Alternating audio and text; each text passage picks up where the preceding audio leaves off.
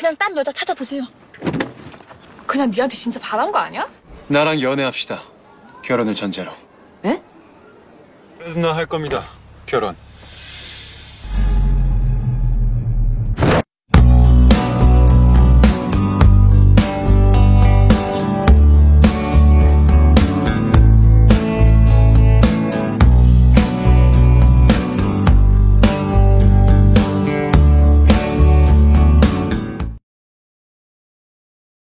Halo guys, kali ini kita akan melanjutkan bisnis proposal ke episode yang kedua. Tanpa berlama-lama, langsung saja kita masuk ke alur ceritanya.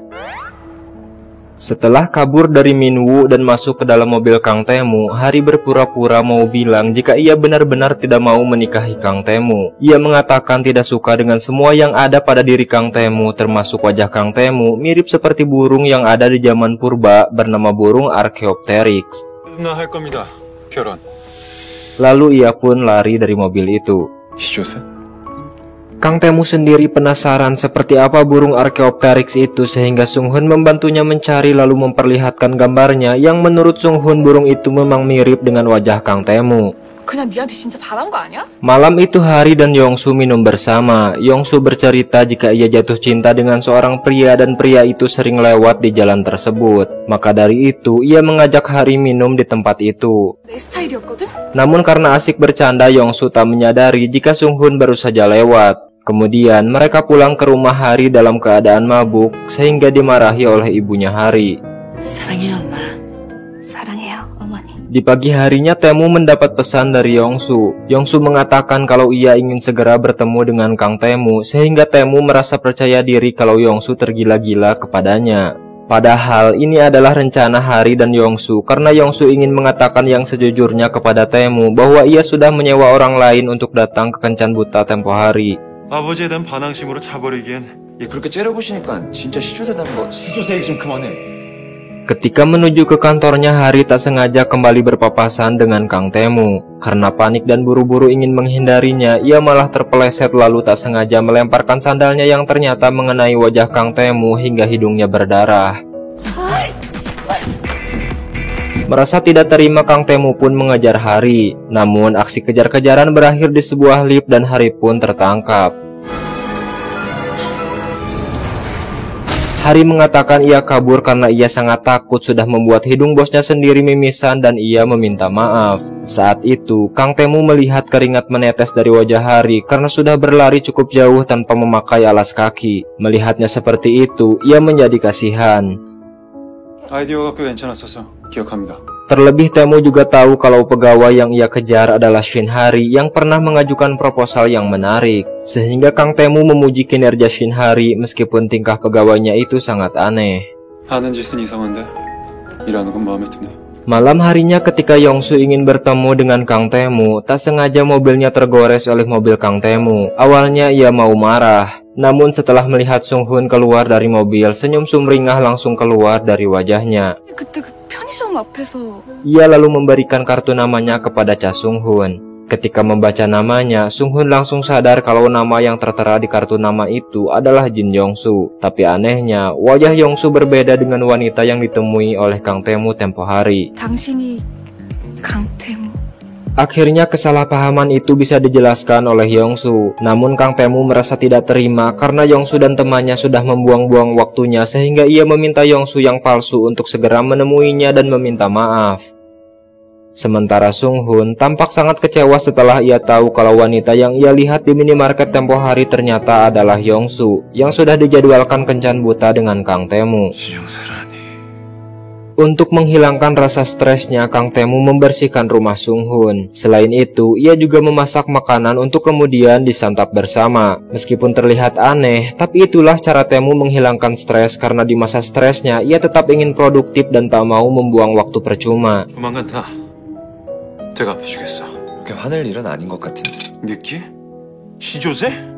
Di pagi harinya Yongsu lalu menemui Hari dan mengajaknya untuk jalan-jalan. Dengan black card yang dimilikinya, Yongsu membelikan Hari pakaian dan membawanya ke salon. Hari merasa make up yang ia kenakan terlalu tebal, tapi karena Yongsu yang meminta, ia hanya pasrah saja. 화이팅.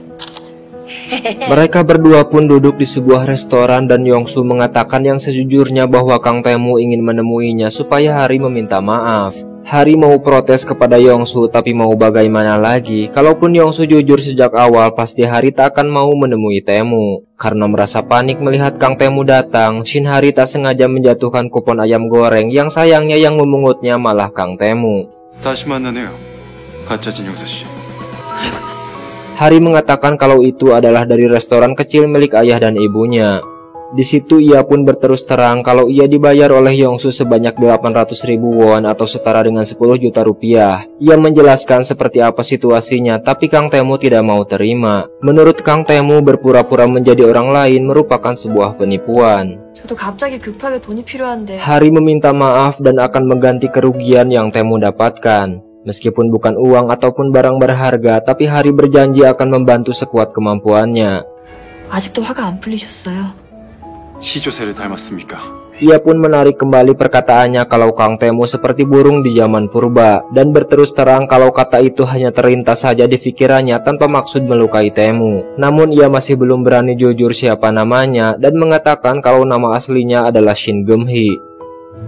그땐 내가 찾아갈 겁니다. 네. Di rumah Kang Taemu berterus terang kepada kakeknya kalau ia tak akan jadi menikah dengan Yongsu. Hal itu membuat Sunghun harus mengatur ulang jadwal kerja Kang Taemu karena kakeknya ingin Taemu berkencan buta lagi dengan 19 wanita yang tersisa. 결국 이렇게 나오시겠다.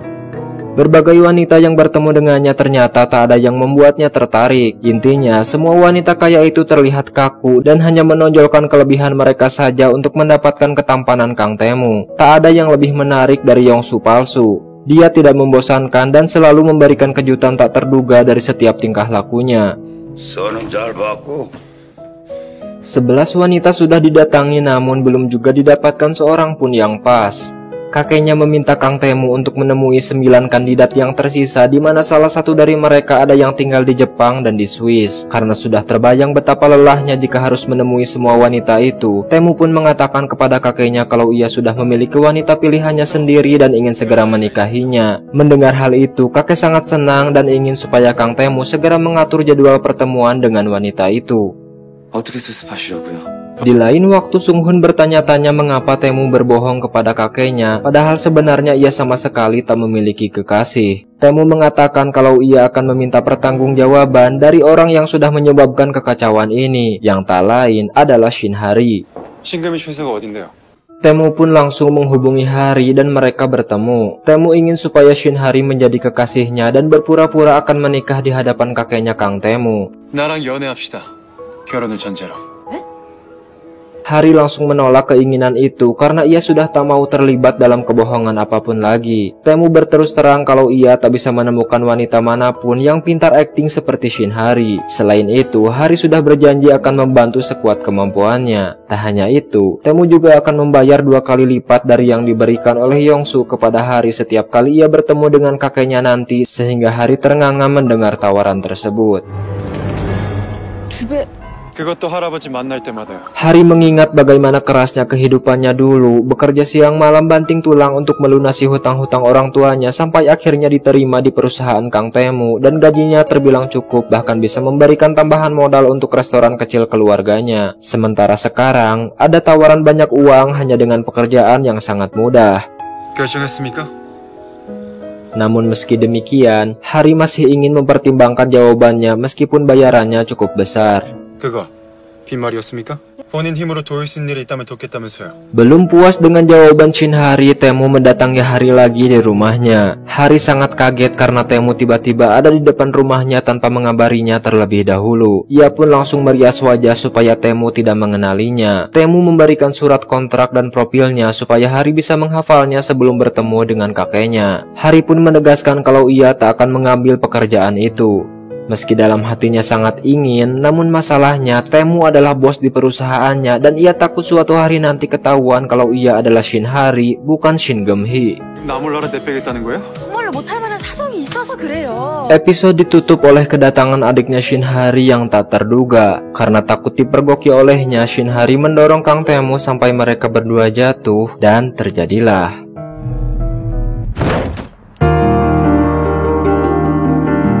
Oke guys, itulah bisnis proposal episode yang kedua. Jangan lupa selalu mampir ke sini untuk bahagia dan sedih bareng di sini. Sampai jumpa di video berikutnya.